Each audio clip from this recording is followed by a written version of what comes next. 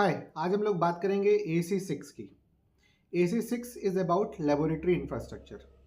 लेकिन अगर आप लेबोरेटरी से एसोसिएटेड हैं तो आपको NABH में AC6, 7 और 8 तीनों देखने होंगे, बिकॉज ये तीन स्टैंडर्ड हैं जो लेबोरेटरी इंफ्रास्ट्रक्चर के बारे में बात करते हैं। So let's start.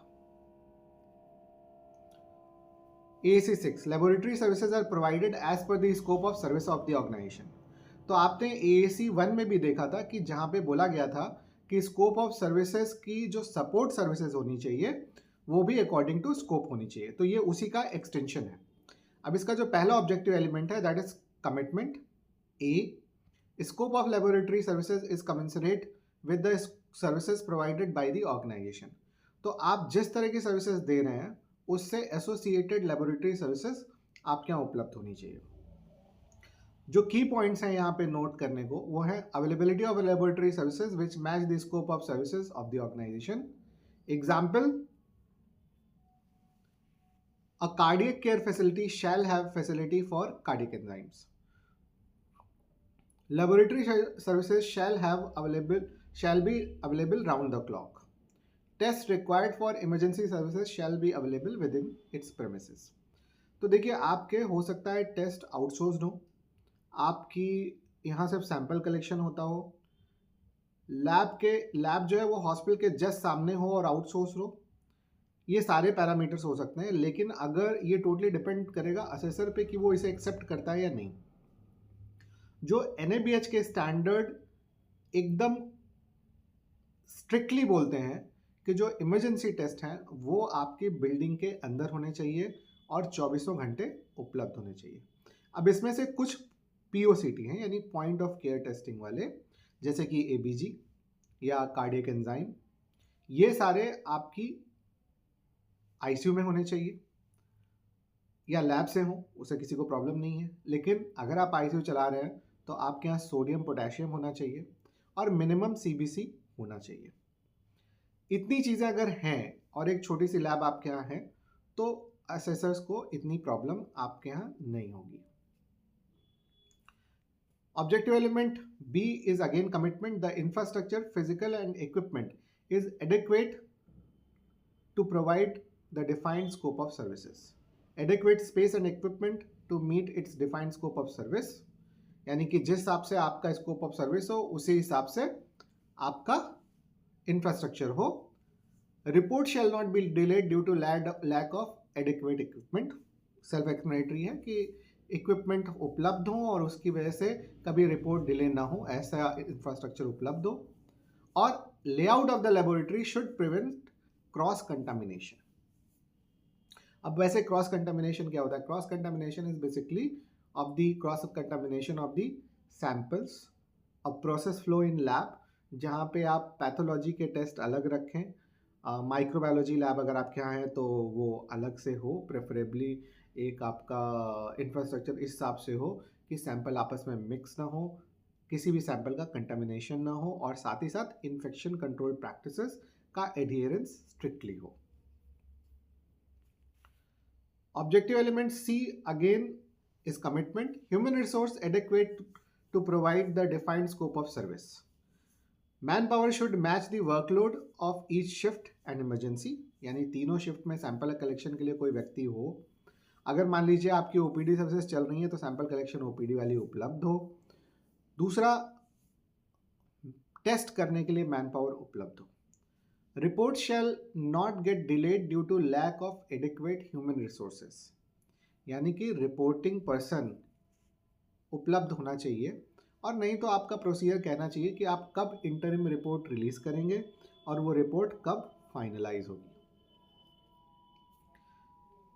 Objective element D is again commitment. Qualified and trained personnel perform and supervise the investigation and report the results. अब यहाँ की पॉइंट्स क्या है? Laboratory technician should be qualified and trained to perform the test. Qualified का मतलब क्या? DMLT या BMLT हो, और किसी ऐसी ऑर्गेनाइजेशन से हो जो स्टेट मेडिकल फैकल्टी से जिसका रिकॉग्निशन हो। इस लैब टेक्नीशियन का रजिस्ट्रेशन स्टेट मेडिकल फैकल्टी से हो। उनको सुपरवाइज करने वाला क्वालिफाइड पैथोलॉजिस्ट, माइक्रोबायोलॉजिस्ट या बायोकेमिस्ट हो. Qualification can be MD, DNB, diploma. Statutory requirements regarding authorized signatory should be adhered. सो पहले लोग बोलते थे कि ये NABL 112 को रेफर करना चाहिए, लेकिन अब ministry of health and family welfare की एक गाइडलाइन आ चुकी है जिसको आप रेफर कर सकते हैं. ये क्लिनिकल स्टैब्लिशमेंट की जो वेबसाइट है उसमें भी ये नोटिफिकेशन उपलब्ध है, जहाँ पे आप जाके रेफर कर सकते हैं. Commitment E, requisition of tests, collection, identification, handling, safe transportation, processing, and safe disposal of a specimen is performed according to written guidance. अब यहाँ पे स्टार लगा हुआ है, that means you need some documentation. Organization has a written guidance for requisition of tests, collection of sample, identification of sample, handling, safe transportation, processing, and safe disposal of evidence. Specimen. अब यहाँ पे क्या है, requisition of test के लिए criteria, collection sample collection के लिए. अब जैसे GTT या GTC या फिर OGTT, इन सब के लिए अलग अलग क्राइटेरिया हैं, प्रिकॉशंस हैं, कैसे टेस्ट लिया जाएगा. तो इसके कुछ जो स्पेसिफिक टेस्ट हैं, जैसे अमोनिया का सैंपल कैसे ट्रांसपोर्ट होना है, तो ये सैंपल कलेक्शन मैनुअल में उपलब्ध होना चाहिए. आइडेंटिफिकेशन, तो पेशेंट का जो सैंपल है वो कैसे आइडेंटिफाई हो, ये क्राइटेरिया सेट होना चाहिए. हैंडलिंग, यानी उसे कैसे ट्रांसपोर्ट करना है. सेफ ट्रांसपोर्टेशन के लिए अभी आगे और स्टैंडर्ड में डिटेल्स आएंगी. प्रोसेसिंग, यानी उसे कैसे प्रोसेस करना है इक्विपमेंट में. और safe disposal of specimen, that is biomedical waste handling rules, ये सारे रिटन आपके यहाँ होने चाहिए. Process is followed till test and retest where necessary. तो यानी कि आपके यहाँ रिटेन्ड सैंपल की सुविधा होनी चाहिए कि मान लीजिए आपने कोई टेस्ट किया, तो आप टेस्ट करने के बाद सैंपल को कितने समय तक रिटेन करते हैं, ये भी डॉक्यूमेंट होना चाहिए. Unique identification number is used for identification of patients. It could be another number like lab ID. सो दोनों ही चीज़ें वहाँ बोली गई है. आपको मैंने पहले भी बताया अंडरस्टैंडिंग NABH स्टैंडर्ड्स में कि कुड, कैन, वुड, सब का मतलब होता है कंफर्म, ये चाहिए ही चाहिए, तो यानी लैब ID होनी चाहिए. Disposal is according to biomedical waste management and handling rules, which I have already explained. Laboratory results are available within a defined time frame. तो एक defined time frame होना चाहिए, turn around time mentioned होना चाहिए, इसकी एक signage होनी चाहिए. और साइनेज में सारे टेस्ट लिखना ज़रूरी नहीं है, लेकिन आप ये लिख सकते हैं कि रूटीन टेस्ट का टर्न अराउंड टाइम इतना समय है.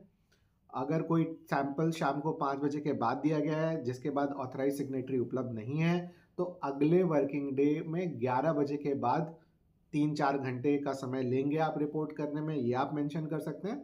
और डिटेल्स के लिए डायरेक्टरी ऑफ सर्विस रेफर करने का इंस्ट्रक्शन साइनेज में ही लिख सकते हैं. बिकॉज अगर एक लैब 100 टेस्ट कर रही है तो वो 100 को डिस्प्ले तो नहीं करेगी, तो वो ये लिख सकती है कि हाँ भाई, बायोकेमिस्ट्री के रूटीन टेस्ट के लिए टर्न अराउंड टाइम 4 घंटे, 5 घंटे या 6 घंटे है. हिमेटोलॉजी के रूटीन टेस्ट के लिए 4 घंटे या 5 घंटे है. लेकिन अगर शाम को 6 बजे सैंपल, 5 बजे के बाद सैंपल दिया गया है या 6 बजे के बाद सैंपल दिया गया है, तो अगले दिन रिपोर्ट 12 बजे के बाद मिलेगी. साथ ही एडवांस टेस्ट के लिए कृपया डायरेक्टरी ऑफ सर्विस में रेफर करें टर्न अराउंड टाइम के लिए. ये आप लिख के लगा सकते हैं. It is totally acceptable. पूरे 100 टेस्ट का साइनेज लगाने की जरूरत नहीं है. It should address the criticality and urgency of test result as desired by treating doctor.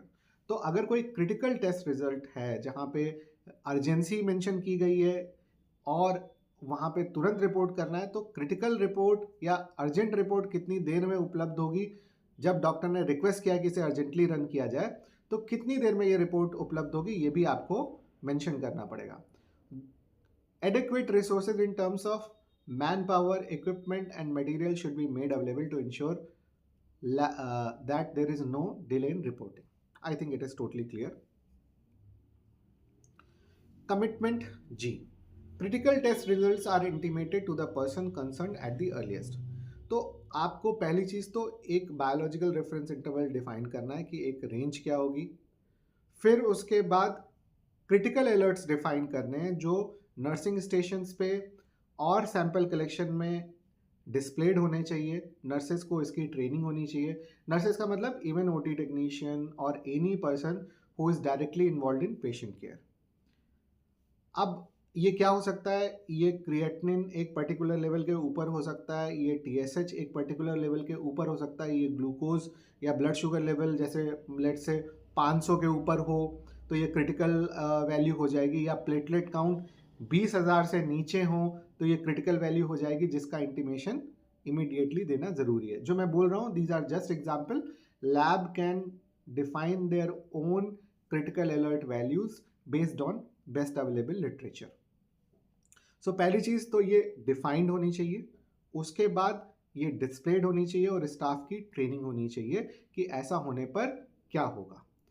साथ ही साथ ये डॉक्यूमेंटेशन होना चाहिए इसका, और इसका कम्युनिकेशन का रिकॉर्ड होना चाहिए कि लैब ने फला फला व्यक्ति को इसका कम्युनिकेशन किया है।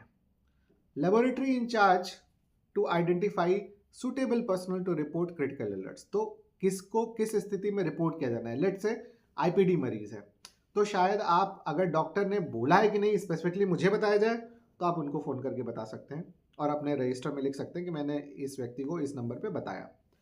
हो सकता है उन्होंने बोला हो कि नर्स को बता देना, तो आप नर्स को बताएंगे। ओपीडी की स्थिति में आप डायरेक्टली पेशेंट को कम्युनिकेट करेंगे, क्योंकि पेशेंट का जानना जरूरी है, तभी तो वो वापस डॉक्टर के पास पहुंचेगा।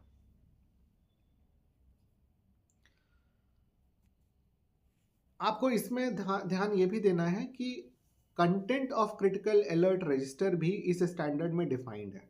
तो कई बार लोग पूछते हैं कि क्रिटिकल अलर्ट रजिस्टर में क्या क्या लिखा होना चाहिए। तो आप जब स्टैंडर्ड को देखेंगे तो उसमें गाइड बुक में कंटेंट भी लिखा हुआ है कि उस रजिस्टर में क्या क्या चीज़ें कवर होनी चाहिए, तो प्लीज़ इसका भी ध्यान दें। Commitment H, results are reported in an standardise manner, यानी रिपोर्ट का एक स्टैंडर्डाइज फॉर्मेट या टेम्पलेट होना चाहिए। इस पर्टिकुलर स्टैंडर्ड में ये भी मेंशन्ड है कि क्या एट अ मिनिमम एक लैब रिपोर्ट में मेंशन होना चाहिए। साथ ही साथ स्टैंडर्ड ये भी कहता है कि मान लीजिए आपने कोई टेस्ट आउटसोर्स किया है, तो अगर आप रिपोर्ट कर रहे हैं अपने लेटर हेड पे, तो प्लीज़ मेक श्योर कि आप उस लैब का नाम जरूर मेंशन करें जिसने एक्चुअली ये टेस्ट किया है, या फिर जहां आपने टेस्ट आउटसोर्स किया है उसी के लेटर हेड पे ये रिपोर्ट प्रिंट हो। अचीवमेंट है, यानी कि अगर आप पहली बार एनएबीएच एक्रेडिटेशन के लिए अप्लाई कर रहे हैं तो आपके लिए एप्लीकेबल नहीं है, लेकिन अगर आप सर्विलेंस के लिए जा रहे हैं या रिन्यूअल के लिए जा रहे हैं तो आपके लिए एप्लीकेबल है। There is a mechanism to address the recall oblique amendment of reports whenever applicable. Now let's say कोई टाइपोग्राफिकल एरर हो गया, जैसे कि किसी पेशेंट का नाम है हरिराम, जो मेल है, 42 साल का है। आपने गलती से उसकी एज 12 साल कर दी, या लेट से 4 साल ही कर दी, 2 साल की जगह। कई बार क्या होता है डेट ऑफ बर्थ का ऑप्शन गलत सेलेक्ट हो सकता है, या एज लिखते समय ही 2 प्रेस होना गड़बड़ हो गया, कीबोर्ड में गड़बड़ था, सिर्फ 4 आया। तो आपका सॉफ्टवेयर क्या करेगा, जो बायोलॉजिकल रेफरेंस रेंज है वो एज स्पेसिफिक उठाएगा, तो वो बच्चे की उठा लेगा, यानी कि रिपोर्ट गड़बड़ निकलेगी। साथ ही साथ हो सकता है उसका जेंडर गलत हो गया हो, या हो सकता है आपने सीबीसी की रिपोर्ट निकाली और प्लेटलेट काउंट 2 लाख होना था, जो 1 जीरो कम होने की वजह से 20,000 रह गया और वो अपने आप में क्रिटिकल अलर्ट बन गई। तो ऐसी रिपोर्ट जब बाई मिस्टेक रिलीज हो जाए तो उनको रिकॉल करना जरूरी है, एक कॉपी अपने पास रखना जरूरी है और उसका रिकॉर्ड रखना जरूरी है कि हमने फला फला रिपोर्ट रिकॉल करी थी due to typographical error. Now it can also be due to analytical error, यानी मशीन में कोई फॉल्ट थी इसलिए हुआ। अब प्री एनालिटिकल एरर भी हो सकता है, दैट इज आपने जब सॉफ्टवेयर में एंट्री करी तब गलती कर दी। पोस्ट एनालिटिकल मतलब आप जब रिपोर्ट टाइप कर रहे थे तब आपने गलती कर दी। इस तरह की कई सारी गलतियां हो सकती हैं। हो सकता है शुरुआत में आप प्री एनालिटिकल, एनालिटिकल और पोस्ट एनालिटिकल फैक्टर्स पे न जाके सिर्फ पहले फोकस करें कि कोई भी रिपोर्ट जो अमेंड हुई है और रिकॉल हुई है उसका आप रिकॉर्ड रखें, और अगर ये ऑफन हो रहा है तो कृपया उसका प्रॉपर डॉक्यूमेंटेशन करें, कापा यानी करेक्टिव एंड प्रिवेंटिव एक्शन लें और उसका एनालिसिस करें। जो लास्ट ऑब्जेक्टिव एलिमेंट है that is J, laboratory tests not available in the organization are outsourced to the organization based on their quality assurance system. अब जो आपके यहाँ मान लीजिए आप रूटीन बायोकेमिस्ट्री और हेमाटोलॉजी कर रहे हैं और आपने माइक्रोबायोलॉजी आउटसोर्स कर दिए, हार्मोन आउटसोर्स कर दिए, या हिस्टोपैथोलॉजी और साइटोपैथोलॉजी आउटसोर्स करी है, तो किस क्राइटेरिया पे करी है?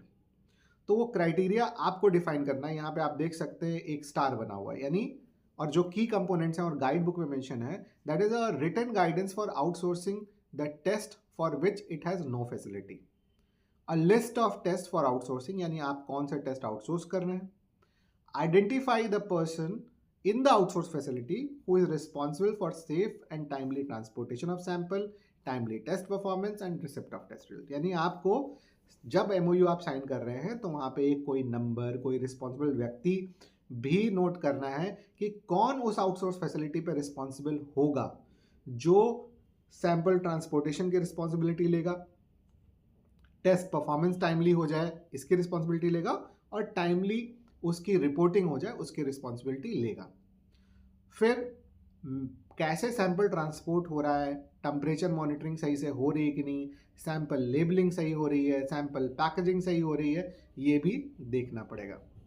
और एक मेथोडोलॉजी आपको डिफाइन करनी पड़ेगी to check the performance of service rendered by the outsource laboratory. जो लोग एक्रेडिटेशन के लिए ऑलरेडी जा चुके हैं, और ज़्यादातर लोग ये जानते हैं कि आप लोग बायोमेडिकल वेस्ट हैंडलिंग फैसिलिटी की फैसिलिटी को चेक करने जाते हैं, वहाँ पे फोटोग्राफी करते हैं।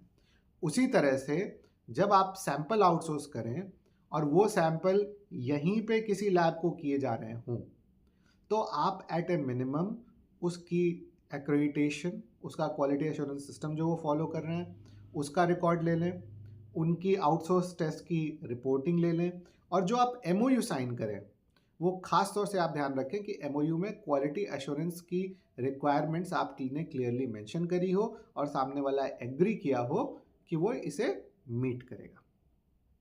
I hope it clarifies, but अगर कोई डाउट रह जाता है please do comment. This is end of presentation.